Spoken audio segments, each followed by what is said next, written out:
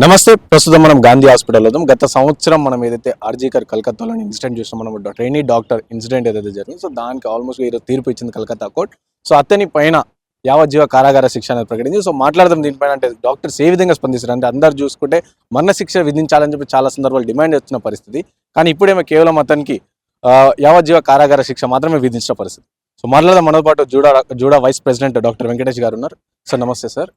So చెప్పండి sir, ఇంతకుముందు Calcutta incident పైన కోర్టు కూడా తీర్పు ఇచ్చింది. సో దీన్ని ఎట్లా చూస్తారు? చూడండి, ఇది ఒక్కరినే నిరూపించడం అనేది తప్పు. సుప్రీంకోర్టు కానీ వెస్ట్ బెంగాల్ గవర్నమెంట్ కూడా ఫెయిల్యూర్ అని మేము అనుకుంటున్నాము. ఈ భారతదేశంలో ఉన్న డాక్టర్స్ అందరికి కూడా ఒకే గొంతు వినిపించినాము. అక్కడ ఆమెను హత్య చేయలేదు, రేప్ చేయలేదు అని చెప్పేసి దాని గురించి సిబిఐ ఎంక్వైరీ జరిగింది. ఆ సిబిఐ ఎంక్వైరీ కూడా కరెక్ట్గా జరగలేదు. సో ఇప్పుడు ఒక వ్యక్తిని నిర్దోషిగా చూపించారు. సో అది మేము వెల్కమ్ చేస్తున్నాం. కానీ స్టిల్ ఎంతమంది అయితే అక్కడ ఆర్జీకర్ మీద అటాక్ చేశారో అది ఎవరు చేశారు, దాని తర్వాత ఈ వ్యక్తి ఇంకెవరి ద్వారా ముందుకు వచ్చి ఈ పని చేశాడు, వాళ్ళు ఎవరు అనేది ఇంకా స్పష్టత లేదు. సో ఇంకా ప్రిన్సిపల్కి కూడా అక్కడ సైడ్కి పెట్టారు ఆయన అంతే. ఇంకా సో ఇవన్నీ కూడా చాలా ఇష్యూస్ ఉన్నాయి.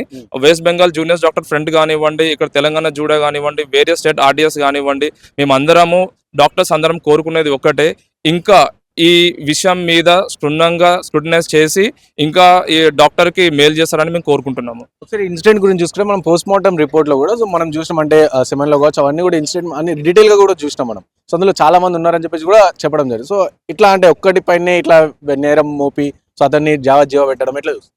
ఇదంతా పొలిటికల్గా చేస్తున్నారని ఈజీగా అర్థమైందండి. అది ఎవరికైనా అర్థమవుతుంది ఈజీగా. ఫస్ట్ థింగ్, అక్కడ 5 days లోపల స్టేట్ గవర్నమెంట్ అక్కడ ఉన్న ఆ local police station responsibility 5 days వాళ్ళ పరిధిలో ఉండే అక్కడ వాళ్ళు న్యాయం చేయాలి. సో అక్కడ వాళ్ళు ఇన్వాల్వ్మెంట్ అయ్యారు.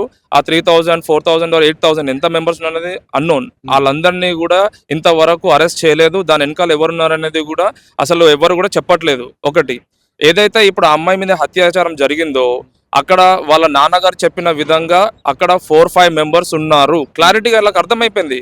సో దాన్ని ఎందుకు గవర్నమెంట్ తీసుకోవట్లేదు, ఎందుకు సుప్రీంకోర్టు తీసుకోవట్లేదు, ఎందుకు ఈ వాదన వినిపించట్లేదు అనేది ఒక బాధాకరమైన విషయం. సో ఇంకోటి, ఈ ఘటన పైన కూడా చూసుకుంటే మనము మమతా బెనర్జీ కూడా స్పందించడం జరిగింది. సో అతను మరణ శిక్ష విధిస్తారని చెప్పేసి ఇంతకుముందు కొన్ని వ్యాఖ్యలు చేసింది. సో ఈ వ్యాఖ్యలను ఎట్లా? చూడండి, ఇది వాళ్ళు పొలిటికల్గా సెంటిమెంట్గా వాళ్ళు తీసుకుంటున్నారు. కానీ ఇక్కడ వాళ్ళ స్టేట్కి సంబంధించిన ఒక అమ్మాయి, అందులో ఒక వృత్తిలో ఉన్న ఒక అమ్మాయి, ఒక పీజీ విద్యార్థిని, తర్వాత తన ఒక డాక్టర్ ఒక హాస్పిటల్ ప్రిమైసెస్లో చనిపోయిందని అంటే ఎవరికైనా కొంచెం కనికరం ఉండాలి.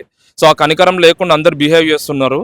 మేము అందుకే చాలా పెయిన్గా ఉన్నాం. ఇక్కడ డాక్టర్స్ అందరూ కూడా మేము మళ్ళీ యునైట్ అవుతాము, ఆమె కోసం మేము సంఘీభావం తెలుపుతాము. ఆమె చనిపోయిన రోజు మేము ఖచ్చితంగా ప్రతి సంవత్సరం కూడా మేము పిలుపునిస్తాము అందరికీ. తెలంగాణ నుండి మేము ఇప్పుడు మీరు మీడియా ద్వారా వచ్చారు కాబట్టి మీకు చెప్తున్నాము, మేము క్యాండిల్ లైట్ మార్చ్ చేస్తాము ఆమె గురించి. మళ్ళీ ఇది తరతరాలకు గుర్తు చేస్తూనే ఉంటాము. ఇట్లాంటివి మళ్ళీ జరగకుండా మా సైడ్ ఉన్న మా యూనిటీని మేము ఇంకా చూపిస్తూనే ఉంటాము. సో మేడం 2 minutes మీరు చెప్పండి, లైక్ అంటే ఈ ఇష్యూని ఆల్రెడీ వచ్చింది, జస్టిస్ జరిగిందని చెప్పేసి అనుకుంటున్నారు? నో అండి, నేను జస్టిస్ జరిగిందని మాత్రం అనుకోవట్లేదు. ఎందుకంటే ఒక అమ్మాయికి ఎంత అన్యాయం జరిగిందో మనకి ఆల్రెడీ తెలుసు.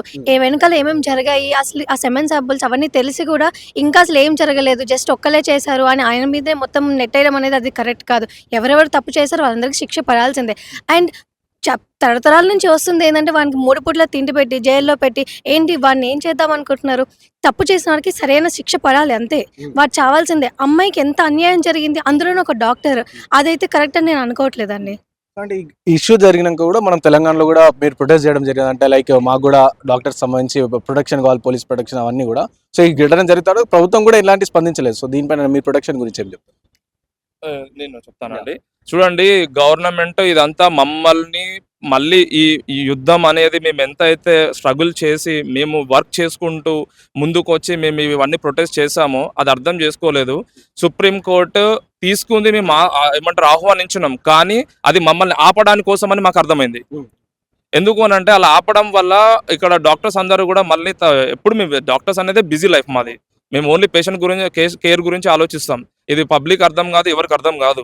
ఓకే, సో ఇప్పుడు ఇక్కడ ఉన్న సిచ్యువేషన్స్లలో వాళ్ళు సుప్రీంకోర్టు నుండి కానివ్వండి వాళ్ళు వర్డిక్ట్ ఇచ్చిన తర్వాత మేము అందరం స్టాండ్ అయ్యాము. తర్వాత నేషనల్ టాస్క్ ఫోర్స్ అనేది ఒకటి తీసుకొచ్చారు. దాని మీద పాత కాలంలో జరిగిన జీవో ప్రకారంగా అక్కడ ఉన్న విషయం మీద మాత్రమే ఇక్కడ ఏ సెక్యూరిటీ కానివ్వండి వీళ్ళకి ఇంకేమైనా అవసరాలు ఉన్నాయని మేము అడిగినప్పుడు ఇంకా ఏం అవసరం లేదు అన్నట్టుగా చెప్పారు. వాళ్ళకి ప్రైవేట్ కాలేజెస్ కానివ్వండి, హాస్పిటల్స్ కానివ్వండి, వాళ్ళకి సొంతంగా ఉన్నాయి. వాళ్ళ వర్క్ చేసుకోవడానికి వాళ్ళకి ఇబ్బంది. మా గ్రౌండ్ వర్క్ ఎవరు తెలుసు?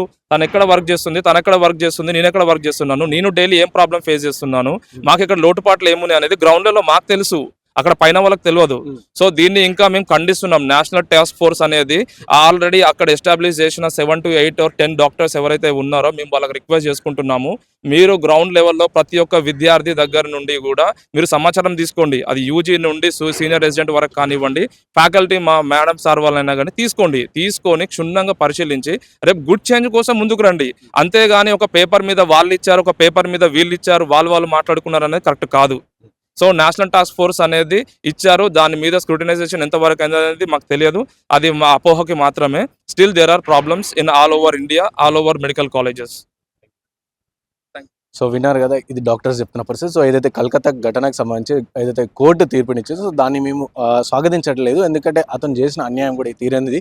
సో కాబట్టి ఇంకా చాలా జరగాల్సి ఉంది, కానీ ఇంకా చాలా కూడా అందులో ఏమైనా లోటుపాట్లు ఉన్నాయని చెప్పేసి మాకు అనిపిస్తూ ఉంది అని చెప్పేసి చెప్తా ఉన్న పరిస్థితి. అండ్ అలాగే ఇటు తెలంగాణ రాష్ట్రంలో కూడా అందరూ కూడా డిమాండ్ చేస్తుంది ఏంటంటే ఆ విధంగా మాకు కూడా ప్రొటెక్షన్ కల్పించాలి, ఎందుకంటే ఆ ఘటన ఈడ కూడా జరిగే ఆప్షన్ ఉంది కాబట్టి. సో మాకు ఇంకా ప్రొటెక్షన్ కావాలి. సుప్రీంకోర్టు దాకా వెళ్ళాం, కేవలం తీసుకున్నారు కానీ ఇంకా దానిపైన ఎలాంటి చర్చ కూడా జరగలేదు. కాబట్టి మాకు కూడా ప్రొటెక్షన్ కలగాలి. అండ్ దీనిపైన కలకత్తా జరిగిన ఘటన పైన కూడా సో క్యాండిల్ మార్చ్ కూడా చేస్తామని చెప్పేసి కూడా డాక్టర్స్ చెప్తున్న పరిస్థితి. కెమెరా పర్సన్ సాయితో Rana Pratap, reporter for YNTV from Hyderabad.